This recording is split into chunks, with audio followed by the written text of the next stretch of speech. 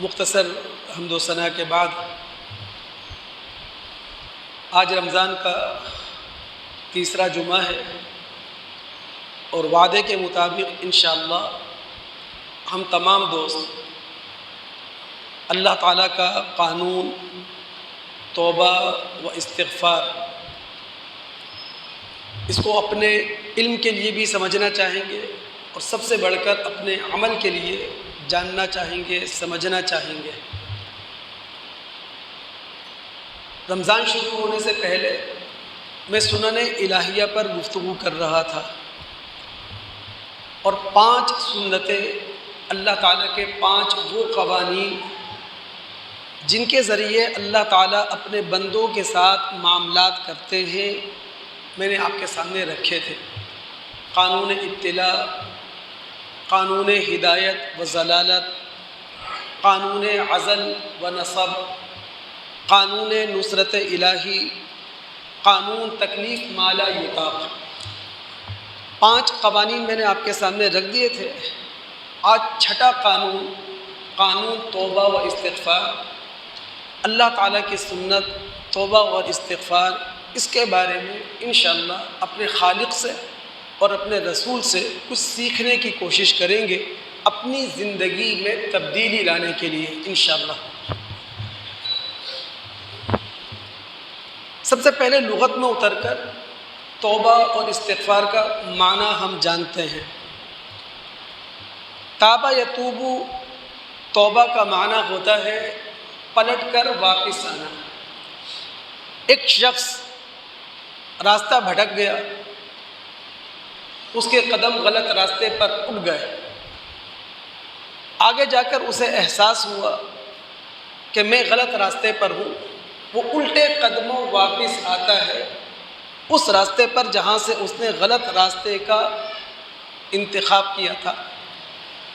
اسے کہتے ہیں عربی میں توبہ، اور جس جگہ وہ واپس آیا ہے اسے کہتے ہیں متاب۔ تو شریعت کی اصطلاح میں ایک شخص گناہ یا معصیت کے راستے پر قدم بڑھا دیتا ہے، چند قدموں کے بعد اسے احساس ہوتا ہے میرے قدم غلط جانب اٹھ رہے ہیں، وہ اب الٹے قدموں واپس آئے گا، اس جگہ پر کھڑا ہوگا جہاں سے گناہ یا معصیت کی طرف قدم بڑھا تھا۔ اسے کہتے ہیں شریعت کی اصطلاح میں توبہ۔ استغفار، غفران، غفر کا معنی ہوتا ہے پردہ پوشی، کسی چیز کو ڈھانک دینا، کسی چیز کو چھپا دینا۔ عرب لوگ کہتے ہیں غفر المتاع فی الوعاء، صندوق کے اندر سامان رکھ کر اسے چھپا دیا۔ نزول قرآن کے زمانے میں عرب عورتیں بالوں میں تیل لگایا کرتی تھیں، دوپٹہ یا اوڑھنی سر پر رکھنے سے پہلے وہ تیل لگے ہوئے بالوں پر ایک کپڑا باندھتی تھی، اور اس کپڑے کا فائدہ یہ تھا کہ وہ کپڑا اوڑھنی کو، دوپٹے کو، چادر کو تیل کے داغ دھبوں سے بچا لے۔ اس کپڑے کو عربی میں کہتے تھے غفارہ۔ تو شریعت کی اصطلاح میں غفران یا استغفار کا مطلب کیا ہے کہ اللہ رب العالمین ہمارے گناہوں پر پردہ ڈال دے، اللہ رب العالمین ہمارے گناہوں پر عفو قلم پھیر دے، معافی کا قلم پھیر دے۔ اس سے بھی آسان انداز میں اگر میں بات کروں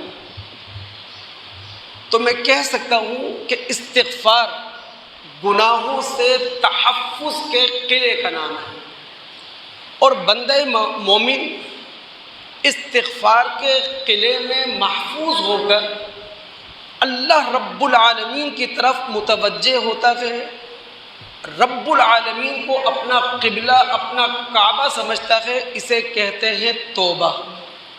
تو استغفار کے قلعے میں بندہ مومن اپنے آپ کو محفوظ کر کے اللہ رب العالمین کی طرف جو توجہ کرتا ہے اسے کہتے ہیں توبہ و استغفار۔ لیکن قبل اس کے کہ قرآن و سنت میں اتر کر ہم باقاعدہ اللہ کے اس قانون توبہ و استغفار کو سمجھیں، دو سوالات کے جوابات ہم ضرور لینا چاہیں گے۔ اگر ان دو سوالات کے جوابات میں آپ دوستوں کے دل و دماغ میں اتار سکا تو آخر تک گفتگو مجھے سمجھانا آسان ہوگا اور انشاءاللہ آپ کو سمجھنا آسان ہوگا۔ پہلا سوال یہ پیدا ہوتا ہے کہ توبہ اور استغفار کس لیے؟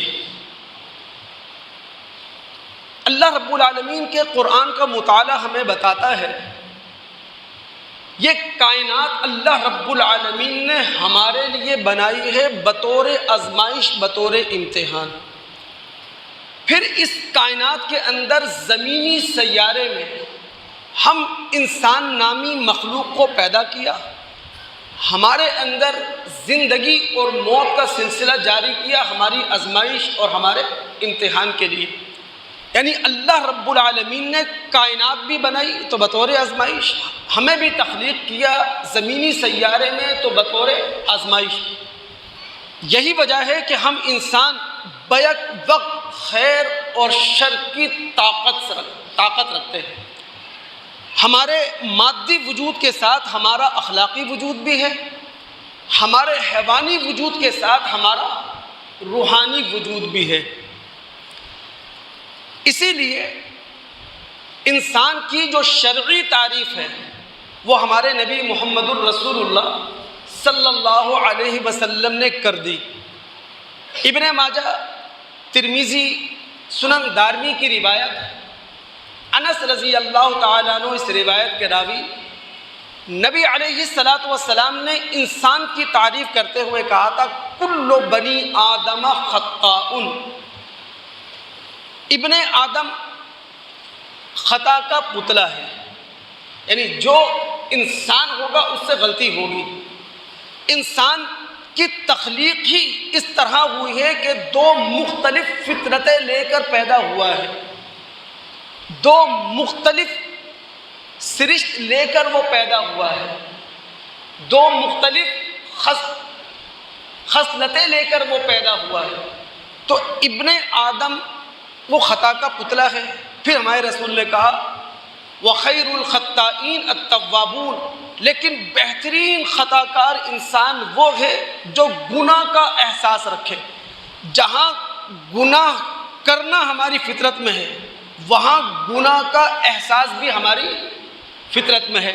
اس سے بھی واضح تعریف مسلم کی روایت میں ہے، سیدنا ابو ہریرہ رضی اللہ تعالیٰ عنہ اس روایت کے راوی ہیں، نبی علیہ الصلاۃ والسلام نے فرمایا قسم کھا کر والذی نفسی بیدہ، اس ذات کی قسم جس کے قبضے میں میری جان ہے، لو لم تذنبوا، اے انسانوں اگر تم گناہ نہ کرو اللہ رب العالمین تمہیں لے جائے، لذهب اللہ بکم، اللہ تمہیں لے جائے۔ کیوں؟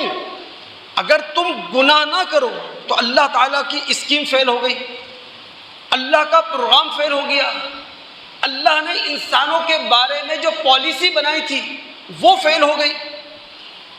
تم فرشتوں کی طرح معصوم عن الخطا بن گئے تو ظاہر ہے کہ رب العالمین اپنی پالیسی بدلے گا، اللہ رب العالمین تمہارے گناہ نہ کرنے پر تمہیں لے جائے گا، دوسرے ایسے لوگوں کو لے کر آئے گا، دوسری ایسی قوم کو لے کر آئے گا جو اللہ کی پالیسی کے مطابق، اللہ رب العالمین کی اسکیم کے مطابق فیذنبون، گناہ کریں گے لیکن گناہ کا احساس زندہ رکھتے ہوئے فیستغفرون اللہ، اللہ سے گناہ کی معافی طلب کریں گے، فیغفر لہم، اور اللہ تعالیٰ ان کے گناہ کو معاف کرے گا۔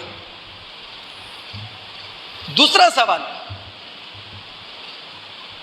کوئی دہریہ، کوئی بے دین، کوئی ایتھیسٹ اگر یہ سوال کرے کہ رب العالمین نے ہم انسانوں کو بطور آزمائش، بطور امتحان تخلیق کیا ہی کیوں؟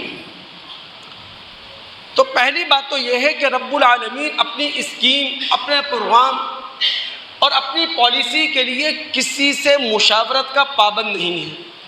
اور دوسری بات کہ کبھی اس انداز سے بھی تو سوچنا چاہیے کہ بھائی دنیا کے اندر کوئی چھوٹی کامیابی حاصل کرنا ہو یا بڑی کامیابی حاصل کرنا ہو تو چھوٹی بڑی کامیابی حاصل کرنے کے لیے کتنی ہی آزمائشوں سے گزرنا پڑتا ہے، کتنے ہی امتحانات سے گزرنا پڑتا ہے۔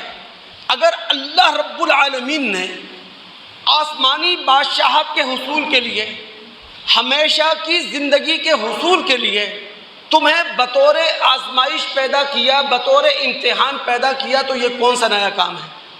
پھر رب العالمین نے جب ہم انسانوں کو بطور آزمائش، بطور امتحان تخلیق کیا، تو ایک اصول ہے جو ہر انسان کو اپنی نگاہوں کے سامنے رکھنا چاہیے۔ متفق علیہ روایت ہے، سیدنا ابو ہریرہ رضی اللہ تعالیٰ عنہ اس کے راوی ہیں، نبی علیہ السلام فرماتے ہیں لما قضى اللہ الخلق، جب اللہ رب العالمین نے فیصلہ کیا کہ رب العالمین خلقت کو پیدا کرے، تو کتب کتابا، اللہ رب العالمین نے قوانین قدرت لکھے، اللہ رب العالمین نے قوانین زندگی لکھے۔ اور جب رب العالمین نے قوانین قدرت، قوانین زندگی لکھے، تو اس میں ایک نمایاں تر قانون موجود تھا، ان رحمتی سبقت غضبی، بندو یاد رکھو میری رحمت میرے غصے پر سبقت لے گئی ہے۔ اب ان دو سوالوں کو جان لینے کے بعد، کسی حد تک سمجھ لینے کے بعد، ہم کس طرح توبہ و استغفار کے قلعے میں پناہ لیں، یعنی وہ ذرائع کیا ہیں، وہ اسباب کیا ہیں، جن اسباب اور ذرائع کا سہارا لے کر ہم استغفار کے قلعے میں پناہ لیں اور رب العالمین کی ذات کو اپنا قبلہ بنائیں، اپنا کعبہ بنائیں اور اپنا مرکز بنائیں۔ پہلا سبب ہے استغفار کے قلعے میں پناہ لینے کے لیے بہترین نیک عمل کریں۔ یعنی ہم سب مسلمان، میں فرد واحد کی بات ہی نہیں کرتا، جب میں یہ منبر پر کھڑا ہوتا ہوں یہ مسلمانوں کا منبر ہے، جب میں یہاں کھڑا ہوتا ہوں تو خالق کی بات کرتا ہوں جو انسانوں کا خالق ہے، محمد صلی اللہ علیہ وسلم کی بات کرتا ہوں جو سارے انسانوں کی طرف مبعوث کیے گئے ہیں، اس کتاب کی بات کرتا ہوں جو کتاب سارے انسانوں کے لیے ہے۔ تو جو بات میں کہنے جا رہا ہوں وہ صرف آپ کے لیے نہیں، ہر انسان کے لیے یہ بات کہہ رہا ہوں، ہر مسلمان کے لیے یہ بات کہہ رہا ہوں۔ توبہ و استغفار کے قلعے میں پناہ گزین ہونے کے لیے پہلا ہمارے پاس ذریعہ ہے کہ ہم تمام مسلمان اپنے آپ کو معصیت اور گناہ کی دنیا سے نکالیں اور اپنی عملی زندگی میں تبدیلی لے کر آئیں۔ اگر پہلے ہم بے دین تھے تو اب اپنے آپ کو دیندار بنائیں، اگر ہم پہلے بے نمازی تھے تو اپنے آپ کو نماز کا پابند بنائیں، اگر پہلے ہم بددیانت تھے تو اب اپنے آپ کو دیانت دار بنائیں، اگر پہلے ہم بے انصاف تھے تو اب اپنے آپ کو انصاف کرنے والا بنائیں، اور اگر پہلے ہمارے مالوں کے اندر یا ہماری آمدنی کے اندر حرام کی آمیزش تھی تو اپنے مالوں کو حرام کی آمیزش سے پاک کرنے کی کوشش کریں، اگر پہلے ہمارے اندر ایمانی جذبہ کم تھا تو اسے بڑھانے کی کوشش کریں، اور اگر انسانیت ہماری دم توڑ چکی تھی تو ایک مرتبہ پھر انسانیت کا لبادہ اوڑھنے کی کوشش کریں۔ دوستو، اللہ رب العالمین کے قرآن نے ایک اصول ہمارے سامنے رکھا ہے، اللہ رب العالمین کے عذاب سے وہ قوم، وہ بستی، وہ معاشرہ، وہ سوسائٹی محفوظ رہتی ہے جس قوم، جس معاشرے، جس سوسائٹی میں وقت کا رسول موجود ہو، یا وقت کا رسول نہیں ہے تو اس قوم، اس معاشرے، اس سوسائٹی نے استغفار کے قلعے میں پناہ لے رکھی ہو۔ یہ اللہ تعالیٰ کا اصول، یہ اللہ تعالیٰ کا قاعدہ ہے۔ اگر ہم مطالعہ کر سکیں، سورہ انفال کی آیت نمبر 33 ہے۔ سورہ انفال ہم سب جانتے ہیں غزوہ بدر پر الہی تبصرہ ہے۔ اللہ رب العالمین نے کفار عرب کا، کفار مکہ کا ایک قول نقل کیا ہے۔ سرداران مکہ اللہ رب العالمین سے کہتے تھے، اے اللہ، اگر محمد الرسول اللہ صلی اللہ علیہ وسلم جو کچھ ہمارے سامنے پیش کر رہے ہیں یہ آپ کی طرف سے برحق بات ہے، ہم نہیں مانتے، فَأَمْطِرْ عَلَيْنَا حِجَارَةً مِّنَ السَّمَاءِ أَوْ ائْتِنَا بِعَذَابٍ أَلِيمٍ، ہم پر پتھروں کی بارش برسا دے یا دردناک عذاب ہم پر لے آ۔ کس نے کہا؟ سرداران مکہ نے، جن کے درمیان وقت کا رسول موجود تھا۔ اللہ بات نہیں مانتے، پتھروں کی بارش کرنی ہے کر دے، دردناک عذاب میں مبتلا کرنا ہے کر دے۔ اس پس منظر میں اللہ نے اپنی سنت بتائی، اپنا قانون بتایا، ما کان اللہ لیعذبہم وانت فیہم۔ ہمارا اصول یہ ہے جب تک وقت کا رسول قوم کے اندر موجود ہوتا ہے ہمارا عذاب نہیں آتا، اور اگر وقت کا رسول قوم کے درمیان، معاشرے کے درمیان، سوسائٹی کے درمیان موجود نہ ہو اس وقت بھی ہمارا عذاب قوم کو گرفت میں نہیں لیتا، وہم مستغفرون، جبکہ وہ توبہ اور استغفار کے قلعے میں پناہ لے لیں۔ کہ توبہ استغفار مذاق چیز ہے؟ اللہ کی قسم میں نے کئی مرتبہ اشارہ کیا، لیکن شاید میں زوردار یا جاندار انداز میں احساس نہیں دلا سکا۔ پاکستانی معاشرہ اللہ کی قسم اللہ کے عذاب کی مختلف شکلوں میں گرفتار ہے۔ یہ جو ہماری دم توڑتی ہوئی انسانیت ہے یہ اللہ کے عذاب کی شکل ہے۔ یہ جو فرقہ وارانہ تقسیم ہے یہ اللہ کے عذاب کی صورت ہے۔ یہ جو رشتے کمزور ہیں یہ اللہ کے عذاب کی صورت ہے۔ یہ جو ایک مسلمان دوسرے مسلمان کے جان مال عزت و آبرو کا ڈاکو بنا ہوا ہے یہ اللہ رب العالمین کے عذاب کی صورت ہے۔ یہ جو سیاسی زندگی میں بھوچال آیا ہوا، گالم گلوچ عام ہے، نہ مردوں کو چھوڑا جا رہا ہے نہ عورتوں کو بخشا جا رہا ہے، یہ اللہ رب العالمین کے عذاب کی صورت ہے۔ اگر ہم پاکستانی مسلمان اللہ رب العالمین کے عذاب کی ان تمام صورتوں سے اپنے آپ کو محفوظ دیکھنا چاہتے ہیں، بچانا چاہتے ہیں، تو توبہ اور استغفار کے قلعے میں پناہ لے لیں۔ اب ہمارا خالق ہمارے لیے کتنا بے چین ہے، اس نے آزمائش میں ڈالنا نا، اس نے امتحان میں ڈالا۔ ہم ایک نیکی کرتے ہیں 2 گناہ ہو جاتے ہیں، 2 نیکیاں کرتے ہیں 1 گناہ ہو جاتا ہے، اس نے آزمائش میں ڈالا نا۔ لیکن وہ ہمارے لیے کتنا فکر مند ہے، کتنا بے چین ہے، یہ ہے وہ بات جو سمجھنے کی ہے۔ مسلم کی روایت ہے، نبی علیہ السلام فرماتے ہیں، غالباً اس کے راوی ابو موسیٰ اشعری رضی اللہ تعالیٰ عنہ ہیں، ان اللہ یبسط یدہ باللیل، شہنشاہ کائنات، بادشاہ کائنات رات کا وقت ہوتا ہے اپنا ہاتھ پھیلا دیتا ہے۔ یہ الفاظ جو رسول کی زبان سے نکلے ہیں اللہ کی قسم سینہ چاک کر دیں ہمارا، کلیجہ باہر لے آئیں۔ ہمارا خالق ہمارا مالک رات کا وقت ہو یبسط یدہ باللیل اپنا ہاتھ پھیلا دے، کیوں؟ کہ بھائی میرے جن بندوں سے دن کے اوقات میں غلطیاں ہو گئی ہیں، معصیتیں ہو گئی ہیں، وہ احساس گناہ پیدا کر کے معافی طلب کر لیں۔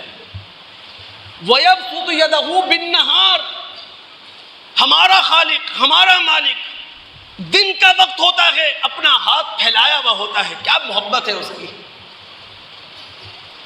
وہ ہمیں بنانا چاہ رہا ہے، وہ ہمیں کھڑا کرنا چاہ رہا ہے، وہ ہمیں گناہوں کی دلدل سے باہر لانا چاہ رہا ہے، وہ ہمیں معصیت کے راستے سے نکالنا چاہ رہا ہے۔ دن کا وقت ہے، اور یبسط یدہ، اپنے اس نے ہاتھ پھیلا دیا ہے۔ کون ہے جس نے رات کے کسی پہر میں کوئی غلطی کر لی ہے، کوئی معصیت کر لی ہے، کوئی گناہ کر لیا ہے، اور پھر نبی علیہ الصلوۃ والسلام فرماتے ہیں ہمارے خالق ہمارے مالک کا یہ معاملہ، یہ رویہ اس وقت تک باقی رہتا ہے حتی تطلع الشمس من مغربها، جب تک کہ سورج مغرب سے نہ نکل آئے۔ تو سب سے بڑھ کر توبہ اور استغفار میں پناہ لینے کے لیے ضروری ہے کہ ہم اپنے عمل کے اندر مثبت تبدیلی لے کر آئیں۔ اگر عمل کے اندر مثبت تبدیلی لے کر نہیں آئیں گے، معاشرے کے اندر بھی کوئی تبدیلی نہیں آئے گی، خاندانی زندگی میں بھی کوئی تبدیلی نہیں آئے گی، سماجی زندگی میں بھی کوئی تبدیلی نہیں آئے گی، معاشی زندگی میں بھی کوئی تبدیلی آنے والی نہیں ہے، سیاسی زندگی میں بھی کوئی تبدیلی آنے والی نہیں ہے۔ معاشرہ اس وقت بدلے گا کہ جب ہم توبہ اور استغفار کے قلعے میں پناہ لیں، اس ایمان کے ساتھ، اس ارادے کے ساتھ، اس نیت کے ساتھ کہ اپنی عملی زندگی میں تبدیلی لے کر آنی ہے۔ توبہ اور استغفار کے قلعے میں پناہ لینے کے لیے جو دوسرا ذریعہ ہے دوست، جو دوسرا سبب ہے، وہ ہے فیض ملکوتی۔ میں نے کہا دماغ حاضر رکھ کے بات سمجھیے آپ، فیض ملکوتی کیا ہے؟ ہم تمام انسان، خاص طور پر ہم تمام مسلمان اپنے آپ کو فرشتہ صفت بنانے کی کوشش کریں، ملائکہ کے ساتھ مشابہت پیدا کرنے کی کوشش کریں، اپنی بہیمیت، اپنی مادیت، اپنی حیوانیت، اس کا زور توڑنے کی کوشش کریں، اس کو کنٹرول کرنے کی کوشش کریں، اور اپنے آپ کو شر سے محفوظ رکھنے کی کوشش کریں۔ اگر یہ کام ہم نے کر لیا، ہم مسلمانوں نے اپنے آپ کو فرشتہ صفت بنایا، اپنے آپ کو ملائکہ کے مشابہ کیا، اپنی بہیمیت، اپنی مادیت، اپنی حیوانیت کا زور توڑا، اسے کنٹرول کیا، شر سے اپنے آپ کو محفوظ کیا، اللہ کی قسم قرآن اس بات پر شاہد ہے، فرشتے ہاتھ اٹھائیں گے ہمارے لیے خدا کی بارگاہ میں، وہ ہمارے لیے دعا گو ہوں گے، خدا کی جناب میں ہماری سفارش کریں گے۔ اگر ہم تمام دوست مطالعہ کر سکیں، سورہ مومن مکی صورت ہے، مکہ کے دور آخر میں نازل ہوئی ہے، اس کی آیات 7، 8 اور 9۔ اللہ رب العالمین نے مشرکین بنی اسماعیل کا رد کیا ہے۔ مشرکین بنی اسماعیل نے کیا کیا؟ انہوں نے فرشتوں کو اللہ کی بیٹیاں بنایا اور فرشتوں کو اپنے حق میں اللہ کی جناب میں سفارشی قرار دیا۔ اللہ رب العالمین نے رد کرتے ہوئے کہا نہ تو فرشتے خدا کی بیٹیاں ہیں اور نہ فرشتے ہر ایک کے حق میں سفارشی ہیں، نہ فرشتے ہر ایک کے حق میں دعا گو ہیں۔ ہاں، ملائے اعلیٰ کے فرشتے، حاملین عرش فرشتے، وہ دعا کرتے ہیں، وہ سفارش کرتے ہیں خدا کی جناب میں، کس کے لیے؟ وَيَسْتَغْفِرُونَ لِلَّذِينَ آمَنُوا، جو سچے دل سے ایمان لے کر آئیں، جو اپنے آپ کو فرشتہ صفت بنا لیں۔ تو دوستو، اگر ہم توبہ و استغفار کے قلعے میں پناہ لیں اس طور پر کہ اپنے آپ کو فرشتہ صفت بنائیں، تو فرشتے بھی ہمارے حق میں سفارشی، فرشتے بھی ہمارے حق میں دعا گو۔ نبی علیہ الصلوۃ والسلام کی ایک روایت سمجھیں آپ کہ اگر ہم توبہ اور استغفار کے قلعے میں محفوظ ہو گئے، یعنی استغفار کے قلعے میں گئے، جو قلعہ ہمیں گناہوں سے محفوظ کر رہا ہے، اور اس قلعے میں بیٹھ کر ہم نے خدا کی ذات کو اپنا قبلہ اور کعبہ بنا لیا، اب عالم کیا آئے گا؟ بخاری مسلم کی روایت ہے، عائشہ صدیقہ رضی اللہ تعالی عنہ اس روایت کی راویہ ہیں۔ وہ کہتی ہیں نبی علیہ الصلوۃ والسلام نے فرمایا کہ بندہ جب اپنے گناہ کا اعتراف کرتا ہے، ان العبد اذا اعترف، جب گناہگار بندہ اپنے گناہ کا اعتراف کر لیتا ہے، یاد رکھیے وہ معاشرہ زندہ معاشرہ ہے جس معاشرے کے اندر گناہ کا احساس موجود ہے، وہ انسان زندہ انسان ہے جس کے اندر گناہ کا احساس موجود ہے۔ ہمارے رسول فرماتے ہیں ان العبد اذا اعترف، جب بندہ اپنے گناہ کا اعتراف کر لیتا ہے، ثم تاب، پھر رب العالمین کی طرف متوجہ ہوتا ہے، پھر رب العالمین کی طرف رجوع کرتا ہے، پھر رب العالمین کی ذات کو اپنا قبلہ اور کعبہ قرار دیتا ہے، تاب اللہ علیہ، اللہ رب العالمین بھی اپنی رحمت کے ساتھ اس بندے کی طرف متوجہ ہو جاتا ہے، اپنی الطاف کے ساتھ، اپنی عنایات کے ساتھ اس بندے کی طرف متوجہ ہو جاتا ہے۔ دوستو سمجھیں، خالق نے اگر آزمائش میں ڈالا، خالق نے اگر امتحان میں ڈالا، ہمارے مادی وجود کے ساتھ اخلاقی وجود، ہمارے حیوانی وجود کے ساتھ روحانی وجود، خیر کی قوت کے ساتھ شر کی قوت اگر خالق نے امتحان میں ڈالا ہے تو وہ اس امتحان میں ہمارے لیے بڑا بے چین ہے، وہ اس امتحان میں ہمارے لیے بہت زیادہ فکر مند ہے۔ مسند احمد کی ایک روایت بڑے ایمانی جذبے سے سنیے، اور اگر یہ معنی اور مفہوم ہمارے دماغوں میں بیٹھ گیا تو انشاءاللہ اپنی عملی زندگی میں تبدیلی لا سکیں گے۔ نبی علیہ السلام فرماتے ہیں، ابو سعید خدری رضی اللہ تعالیٰ عنہ اس روایت کے راوی ہیں،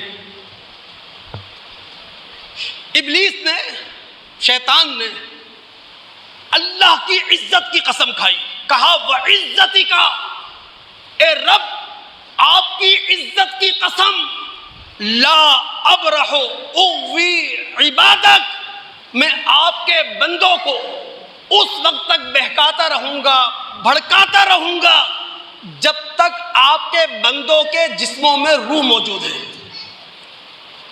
اب اللہ نے کیا کہا؟ وعزتی وجلالی وارتفاع مکانی، مجھ خالق اور مالک کو اپنی عزت کی قسم، اپنے جلال کی قسم، اپنے ارتفاع مکانی کی قسم، لا ازال اغفر لہم، میں اپنے بندوں کو معاف کرتا رہوں گا، فیستغفرون، جب تک ان کے اندر احساس گناہ موجود ہوگا، اپنی غلطی کا احساس موجود ہوگا، جب تک یہ اپنے گناہوں پر ندامت کے آنسو بہاتے رہیں گے میں معاف کرتا رہوں گا۔ یہ قانون توبہ و استغفار جس کی طرف میں اپنے تمام سننے والوں کی توجہ دلا رہا ہوں، آپ کیا سمجھتے ہیں اس کے بین الاقوامی فوائد؟ یعنی اگر پوری مسلم دنیا توبہ اور استغفار کے دروازے پر کھڑی ہو جائے، استغفار کے قلعے میں پناہ لے کر اللہ رب العالمین کی ذات کو اپنا قبلہ اور کعبہ بنا لے، بین الاقوامی فوائد کیا ہیں؟ ہم سب چاہتے ہیں نا ورلڈ کی سطح پر مسلم دنیا سیاسی حوالے سے بھی ایمپائر ہو، دفاعی لحاظ سے بھی ایمپائر ہو، مالی لحاظ سے بھی ایمپائر ہو، تجارت اور صنعت کی منڈیوں میں بھی اس کی شہنشاہیت ہو۔ ہم سب یہ خواب دیکھتے ہیں نا، اللہ کی قسم قرآن اس کا جواب دیتا ہے۔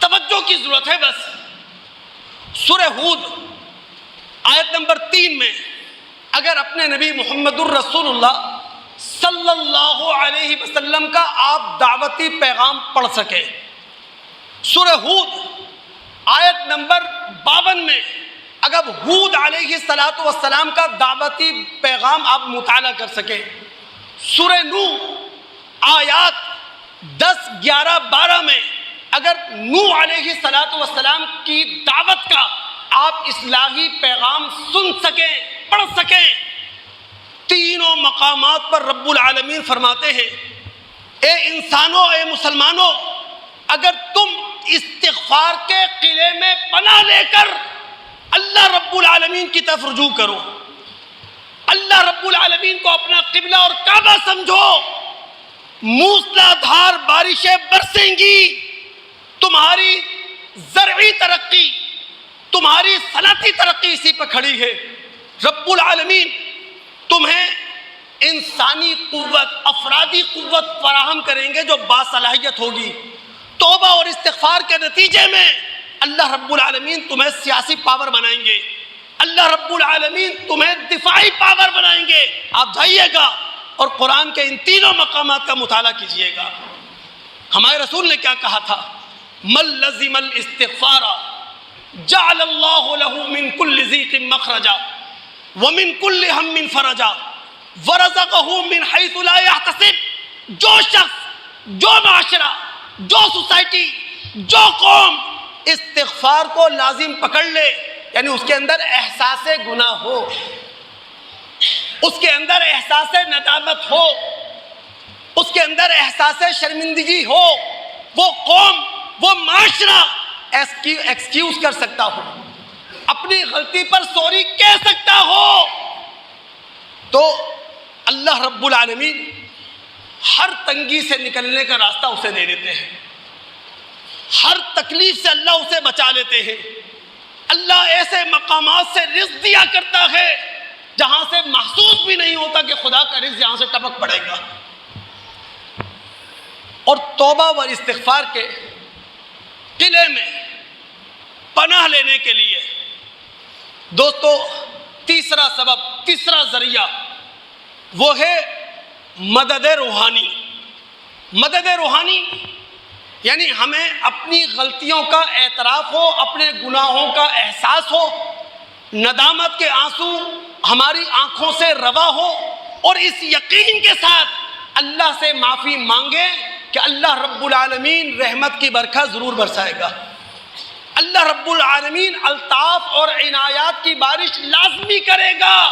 یہ ہے مدد روحانی۔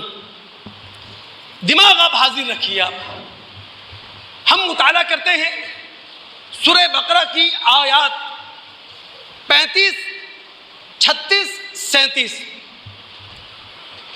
اللہ رب العالمین نے آدم اور حوا کو ایک جنت یا ایک باغ میں رکھا۔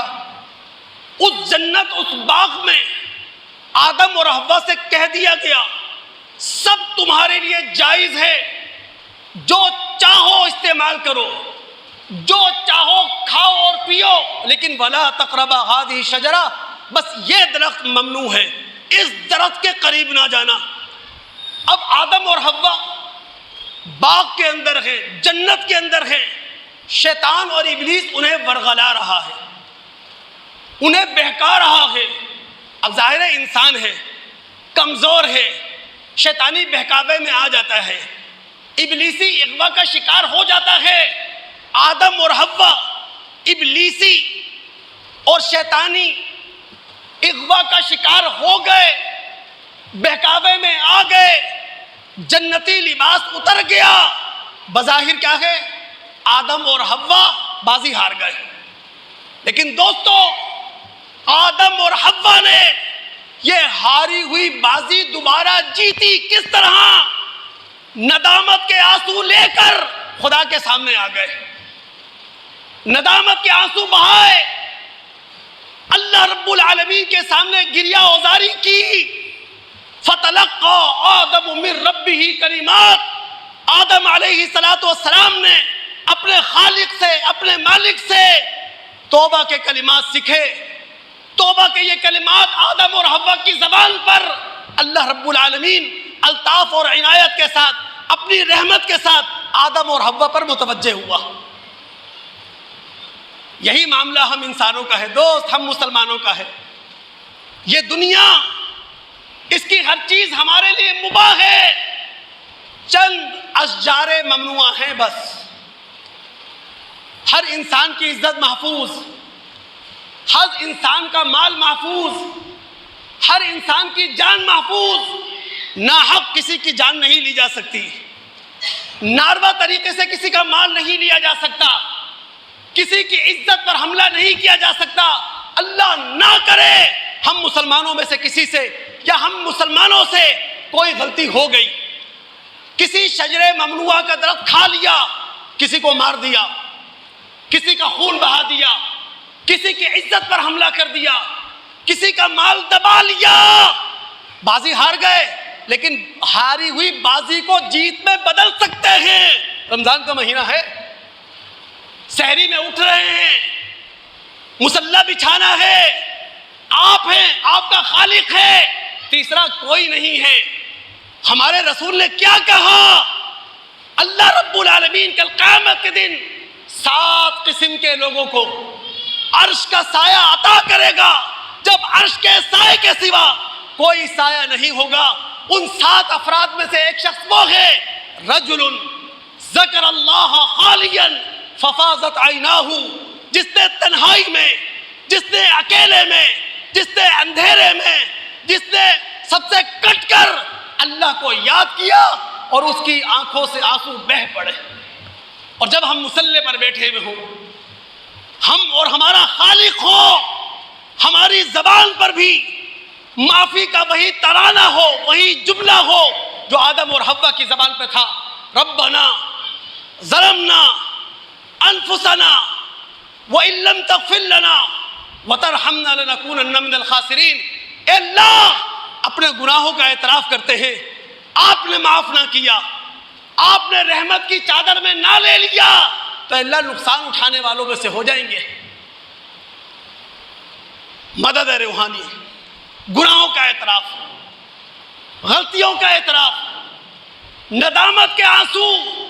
عبداللہ بن شخیر کہتے ہیں، میں نبی علیہ السلام کے پاس آیا، اللہ اکبر، اللہ رب العالمین ہمیں بھی نبی علیہ السلام کی سیرت کا کچھ حصہ عنایت کر دے۔ اللہ کے رسول کے پاس میں آیا، نماز پڑھ رہے تھے اللہ کے رسول، اور نبی علیہ السلام کے سینے سے جو آواز آ رہی تھی، عزیز کا عزیز المرجل، جس طرح ہنڈیا چولہے پر رکھی ہوئی ہو اور ابلتی ہوئی ہنڈیا سے آواز آتی ہے، اللہ کے رسول اللہ کی خشیت میں اس طرح رو رہے تھے، آپ کے سینے سے آواز آ رہی تھی۔ نبی علیہ السلام نے دوستو ہم مسلمانوں سے کہا ہے، یا ایھا الناس، اے لوگو، توبو الی اللہ، اللہ رب العالمین کی طرف رجوع کرو، رب العالمین کی طرف پلٹو، استغفار کے قلعے میں بنا لے کر اللہ کی ذات کو اپنا قبلہ، اپنا کعبہ سمجھو۔ فإنی اتوب الیہ فی اليوم 100 مرہ، میں وقت کا رسول ہوں، وقت کا نبی ہوں، خاتم النبیین ہوں، اس کے باوجود 70 مرتبہ سے زیادہ اللہ تعالیٰ سے دن میں توبہ اور استغفار کرتا ہوں۔ توبہ و استغفار کا مطلب کیا ہے؟ گناہ کا احساس۔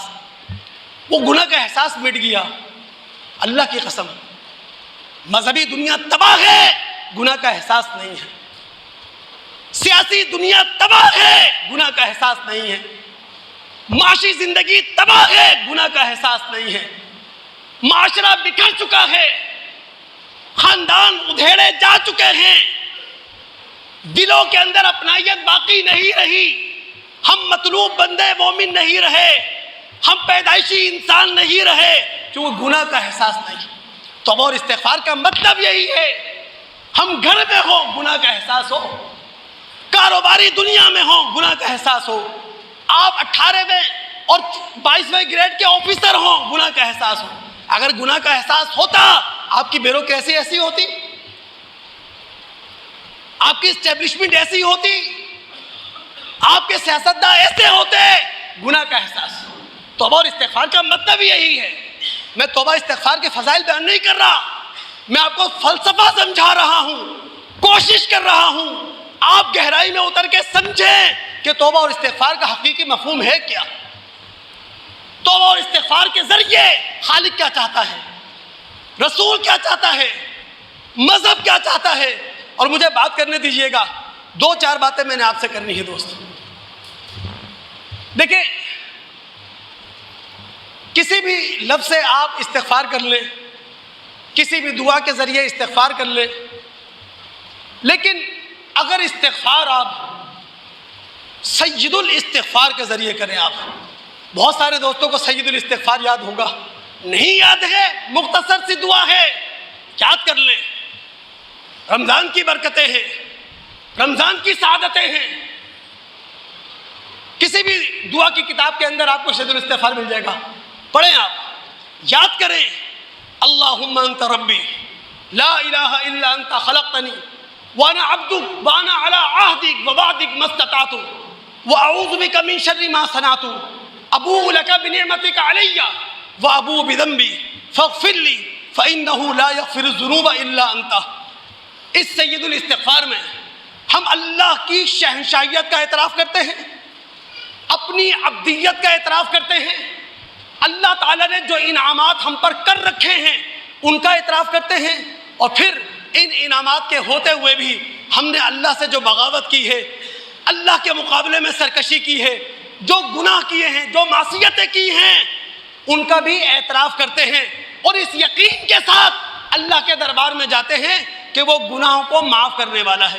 اس یقین کے ساتھ اللہ کے پاس جاتے ہیں کہ ہم اپنی عملی زندگی کو بدلیں گے.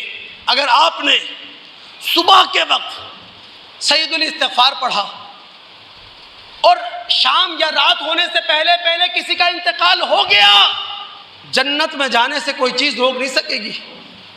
آپ نے رات کو پڑھا, صبح ہونے سے پہلے پہلے انتقال ہو گیا, جنت میں جانے سے کوئی چیز روک نہیں سکے گی. سید الاستغفار جس کو یاد ہے بہت سی بات, نہیں یاد ہے سید الاستغفار چھوٹی سی دعا ہے, یاد کر لیں آپ. دوستو, ہم توبہ استغفار پر بات کر رہے ہیں. توبہ اور استغفار یہ استغفر اللہ کی گردان کا نام نہیں ہے. جو بات میں نے کہا نا, میں فضائل بیان نہیں کر رہا, میں فلسفہ سمجھانے کی کوشش کر رہا ہوں آپ کو انشاءاللہ. یہ توبہ اور استغفار یہ گردان کرنے کا نام نہیں ہے, کسی جملے کو بار بار دہرانے کا نام نہیں ہے, بلکہ توبہ اور استغفار دلی ارادے کا نام ہے. اللہ تعالیٰ کے سامنے اپنا دل ہاتھ میں لے کر سامنے رکھنے کا نام ہے.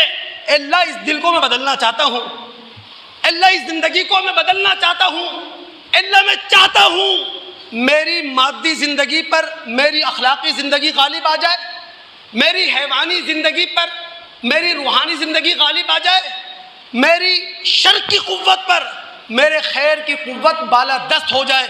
یہ ہے توبہ استغفار کا معنی. یہی وجہ ہے اگر آپ اللہ سے توبہ اور استغفار کر رہے ہیں اللہ کے حق کے معاملے میں, حق اللہ کے معاملے میں, اللہ کے حق کے معاملے میں آپ توبہ اور استغفار کر رہے ہیں اللہ تعالیٰ سے, تو 3 شرائط ہیں اس توبہ اور استغفار کی قبولیت کی. 3 شرائط. نمبر 1, ان یقلع عن المعصیہ, آپ کو یہ گناہ چھوڑنا پڑے گا. مثال کے طور پر میں بے نمازی تھا, اب میں اللہ سے سچی توبہ کرنے جا رہا ہوں کہ اللہ میں اپنے آپ کو نمازی بناؤں گا, تو ان یقلع عن المعصیہ, آئندہ اپنے آپ کو نماز کا پابند بنانا پڑے گا. دوسری شرط, ان یندم علی فعلھا, جو پیچھے نمازیں رہ گئیں, پچھلی نمازیں میں نہیں پڑھ سکا, پچھلی زندگی میں خدا کو یاد نہیں کر سکا, مجھے اس پر ندامت ہو, مجھے اس پر احساس شرمندگی ہو. اور تیسری شرط, میرا یہ عزم ہونا چاہیے, میرا یہ ارادہ ہونا چاہیے, اللہ یعود الیہ ابدا, آئندہ کبھی بھی نماز نہیں چھوڑوں گا. تو اگر اللہ کے حق کے معاملے میں آپ توبہ اور استغفار کر رہے ہیں تو توبہ استغفار کے لیے یا اس کی قبولیت کے لیے یہ 3 شرائط ہیں. لیکن اگر آپ توبہ اور استغفار کر رہے ہیں حقوق العباد سے متعلق, بندوں کے حق سے متعلق, تو ان 3 شرائط کے ساتھ ایک اور شرط ہے, ان یبرأ علی فعلھا کما قال, کہ آپ کو وہ حق بھی ادا کرنا پڑے گا بندے کا جو حق آپ نے بندے کا دبا رکھا تھا. مثال کے طور پر کسی کا مال ہڑپ کر رکھا تھا, اب میں اللہ سے توبہ کرنا چاہتا ہوں کہ میں نے غلطی کی تھی, تو وہ مال میں ریٹرن کروں, میں وہ مال اس کو واپس کروں جس کا مال میں نے دبا لیا تھا. اور اگر کسی کو زبانی تکلیف دی تھی, کسی کو جسمانی تکلیف دی تھی, اب میں اللہ سے توبہ استغفار کرنا چاہتا ہوں تو اس بندے سے معافی مانگوں جس بندے کو میں نے زبانی تکلیف دی تھی, جس بندے کو میں نے جسمانی تکلیف دی تھی. مسئلہ یہ ہے دوست, ہم حقوق العباد پہ تو لگے ہوئے, وہ حقوق اللہ کی ادائیگی میں لگے ہوئے, حقوق العباد کو چھوڑ بیٹھے. یعنی ممبر و محراب سے صرف حقوق اللہ کی بات ہوتی ہے, نماز کی, روزے کی, نفل کی, تہجد کی, حقوق العباد، بندوں کے حقوق، اللہ اپنا حق خاموشی سے معاف کر دے گا، بندوں کے حقوق خاموشی سے معاف نہیں کرے گا جب تک کہ بندوں کو راضی نہ کر لیں جن بندوں کو ہم نے ناراض کیا۔ کون نہیں جانتا وہ حدیث؟ مفلس کون ہے اس امت کا؟ جو نمازیں لے کر آئے گا، جو روزے لے کر آئے گا، جو زکاتیں لے کر آئے گا، کیا نہیں ہوگا اس کے پاس؟ کتاب الادب نہیں ہوگا، کتاب الاخلاق نہیں ہوگا اس کے پاس، کتاب البر والصلہ نہیں ہوگا۔ اللہ کا حق ادا کیا، بیوی بچوں کا حق ادا نہیں کیا، ماں باپ کا حق ادا نہیں کیا، رشتہ داروں کا حق ادا نہیں کیا، پڑوسیوں کا حق ادا نہیں کیا، جن کے ساتھ کاروبار کرتا تھا ان کا حق ادا نہیں کیا، جن کے ساتھ میل جول رکھتا تھا ان کا حق ادا نہیں کیا، جن کے ساتھ نمازیں پڑھتا تھا، جن کے ساتھ صفوں میں کھڑا ہوتا تھا ان کا حق ادا نہیں کیا۔ تو دوستو، حقوق العباد یہ بہت اہمیت کے حامل ہیں، ہماری بہت کم توجہ ہے اس طرف۔ ہم صرف خدا کو راضی کر رہے ہیں، بندوں کو راضی کرنے کی کوشش نہیں کر رہے۔ یاد رکھیے، بندوں کی رضا میں اللہ کی رضا ہے، ماں باپ کی رضا میں اللہ کی رضا ہے، رشتہ داروں کی رضا میں اللہ کی رضا ہے، پڑوسیوں کی رضا میں اللہ کی رضا ہے، جن کے ساتھ آپ کاروبار کرتے ہیں ان کی رضا میں اللہ کی رضا ہے، محلے داروں کی رضا میں اللہ کی رضا ہے۔ سمجھیں اس چیزوں کو۔ اتوار مغرب کے بعد آخری عشرہ شروع ہو جائے گا۔ ظاہر ہے کہ رمضان کا صرف انتظار ہوتا ہے، جانے میں تو وقت لگاتا نہیں ہے یہ۔ اتوار کو مغرب سے آخری عشرہ شروع ہو جائے گا۔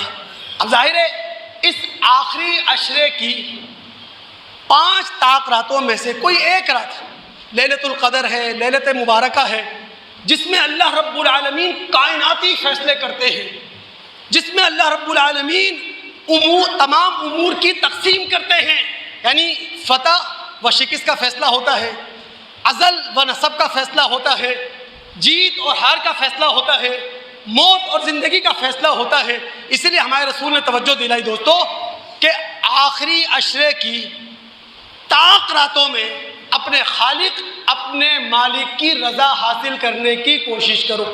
باقاعدہ رسول نے ہمیں دعا تک سکھا دی، اللہم انکا عفو تحب العفو فاعف عنی۔ دوست بیٹھے ہیں یہاں پر، ہم سب کلمہ گوئے ہیں، ہم مسلمان ہیں۔ کتنی بڑی بد نصیبی ہے، بد نصیبی ہے، بد نصیبی ہے، جس عشرے میں ہمارا رسول شد میزرا کمر کس لیا کرتا تھا، اپنے گھر والوں کو خدا کی عبادت کے لیے جگایا کرتا تھا۔ اس آخری عشرے میں مارکیٹ فل ہے، بازار بھرے ہوئے ہیں، پوری رات شاپنگ ہو رہی ہے۔ محرم میں ایسا کیا ہے کبھی؟ کیوں؟ چونکہ میڈیا کے ذریعے محرم کا تقدس آپ کے دل و دماغ میں ڈال دیا گیا، لیکن میڈیا کے ذریعے رمضان کا احترام آپ کے دل و دماغ میں نہیں ڈالا جا سکا۔ کاروبار کا مہینہ بھائی، کاروبار کا عشرہ ہے، اور جو طوفان بدتمیزی اس آخری عشرے میں ہوتی ہے، جو ہلڑ بازی ہوتی ہے، اللہ کی قسم خدا کے فرشتے بھی شرما جائیں جو کچھ ہوتا ہو۔ اسی لیے تمام مسلمان پوری کوشش کریں آخری عشرے میں آپ کو بازاروں کی شکل نہ دیکھنا پڑے، بازار نہ جانا پڑے۔ ابھی 2-4 دن ہیں، جو آپ نے ضرورت کی چیز لینی ہو، جو آپ نے شاپنگ کرنی ہو، جو آپ نے خریداری کرنی ہو، کر لیں آپ۔ یہ آخری عشرہ طاق رات کو تلاش کرنے کا ہے، لیلۃ مبارکہ کو تلاش کرنے کا ہے، لیلۃ القدر کو تلاش کرنے کا ہے۔ کیا رسول نے فرمایا؟ من قام لیلۃ القدر،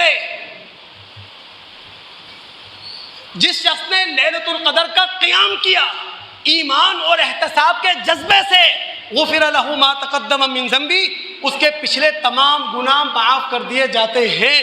تو دوست، آخری عشرے کو بہت قیمتی جانیں۔ ہمارے رسول نے جب رمضان کو 3 عشروں کو تقسیم کیا تو کیا کہا تھا؟ آخری عشرہ عتق من النار، جہنم سے آزادی کا عشرہ ہے۔ تو خدا را اللہ رب العالمین کی آسمانی بادشاہت تلاش کرو، اللہ رب العالمین کی ہمیشہ کی زندگی تلاش کرو۔ اس آخری عشرے کو انشاءاللہ ہم تمام دوست، ہم تمام بہنیں قیمتی بنانے کی کوشش کریں گے انشاءاللہ۔ اتوار کو ہی مغرب سے معتکفین اعتکاف میں بیٹھ جائیں گے۔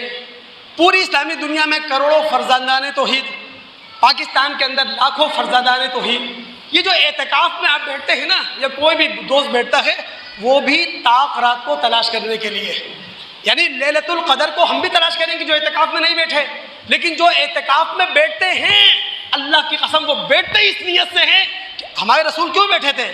رات تلاش کرنے کے لیے۔ تو لہٰذا مغرب کی نماز ان تمام دوستوں نے مسجد میں ہی ادا کرنی ہے جو اعتکاف کی نیت سے معتکف ہونا چاہتے ہیں۔ مغرب کی نماز اتوار کو یہی آپ نے ادا کرنی ہے۔ اب ظاہر ہے کہ وقت اس بات کی مزید اجازت نہیں دے رہا آپ سے بات کروں، بس ایک بات، یہ نصیحت ہے میری انشاءاللہ، میں خود مذہب کا طالب علم ہوں، اپنے آپ کو زیادہ نصیحت کرتا ہوں، آپ میرے بزرگ بھی ہیں، میرے دوست بھی ہیں، میرے بھائی میری بہنیں بھی ہیں، اپنے آپ کو نصیحت، لیکن ایک نصیحت میں کر رہا ہوں، یہ رمضان کے مہینے سے فائدہ اٹھاتے ہوئے نا اس قلب کی دنیا کو بدلیں، قلب کی دنیا کو یاد رکھیے، نبوت اور رسالت کا ہدف یہ دل ہے، وحی کا ہدف یہ دل ہے، خالق کی نظر اس سینے پر ہے، سینے کے اندر موجود دل پر ہے، اور دل کے اندر موجود نیت پر ہے، خالق کی نظر بھی یہی ہے، رسول کا ہدف بھی یہی ہے، وحی کا ہدف بھی یہی ہے۔ اس کو بدلنے کی کوشش کرے، اس پر آیا ہوا ذہن تبدیل کرے۔ جب تک اندر کی دنیا نہیں بدلے گی، اندر کا میل صاف نہیں ہوگا، جب تک اندر کا اندھیرا دور نہیں ہوگا، ہم کیا کچھ کر لیں کوئی تبدیلی نہیں آئے گی۔ تبدیلی تب آئے گی تب آج تہیہ کریں، آج ارادہ کریں، انشاءاللہ اپنے دل پر آئی ہوئی سیاہی کو ہم نے ختم کرنا ہے، اپنے اندر کی دنیا میں آئی ہوئی تاریکی کو ہم نے ختم کرنا ہے۔ کلا بل ران علی قلوبہم ما کانوا یکسبون، ہماری بدعمالیاں ہمارے دل کو سیاہ کرتی ہیں اور ہمارے نیک اعمال اس سیاہی کو اتارتے ہیں۔ یہ کام انشاءاللہ ہم سب نے کرنا ہے۔ اور آخری بات، صدقۃ الفطر، ظاہر ہے کہ یہ غریبوں کو، محتاجوں کو اپنے ساتھ عید کی خوشیوں میں شریک کرنے کے لیے ادا کیا جاتا ہے۔ صدقۃ الفطر کا مطلب ہی یہی ہے، آپ کے معاشرے میں جو بے بس لوگ ہیں، جو مجبور لوگ ہیں، غریب لوگ ہیں، ان کو عید کی خوشیوں میں شریک کریں آپ۔ تو جلد از جلد صدقۃ الفطر ادا کریں آپ، زکوٰۃ آپ ادا کریں۔ نماز کے بعد مسجد کی انتظامیہ کے لوگ باہر بیٹھے ہوں گے، چونکہ جتنی جلدی آپ صدقۃ الفطر ادا کریں گے، زکوٰۃ ادا کریں گے، انشاءاللہ غریبوں تک ان کا حق پہنچ جائے گا، ان کی راشن کی بھی ضرورتیں پوری ہو جائیں گی، کپڑے کی ضرورتیں بھی پوری ہو جائیں گی، جوتے کی ضرورتیں بھی، اور اس کے علاوہ جو وہ چاہیں گے، چونکہ اب ہم جو صدقۃ الفطر ادا کرتے ہیں وہ اجناس کی شکل میں ادا نہیں کرتے، اماؤنٹ کی شکل میں، پیسے کی شکل میں ادا کرتے ہیں، تاکہ وہ غریب خود یہ فیصلہ کر لے کہ جناب اس کی مقدم ضرورت کیا ہے، پہلی ضرورت کیا ہے۔ اللہ تعالیٰ سے دعا ہے کہ اللہ تعالیٰ سننے کے بعد سمجھنے کے بعد عمل کرنے کی توفیق عطا فرمائے۔ السلام علیکم ورحمۃ اللہ وبرکاتہ۔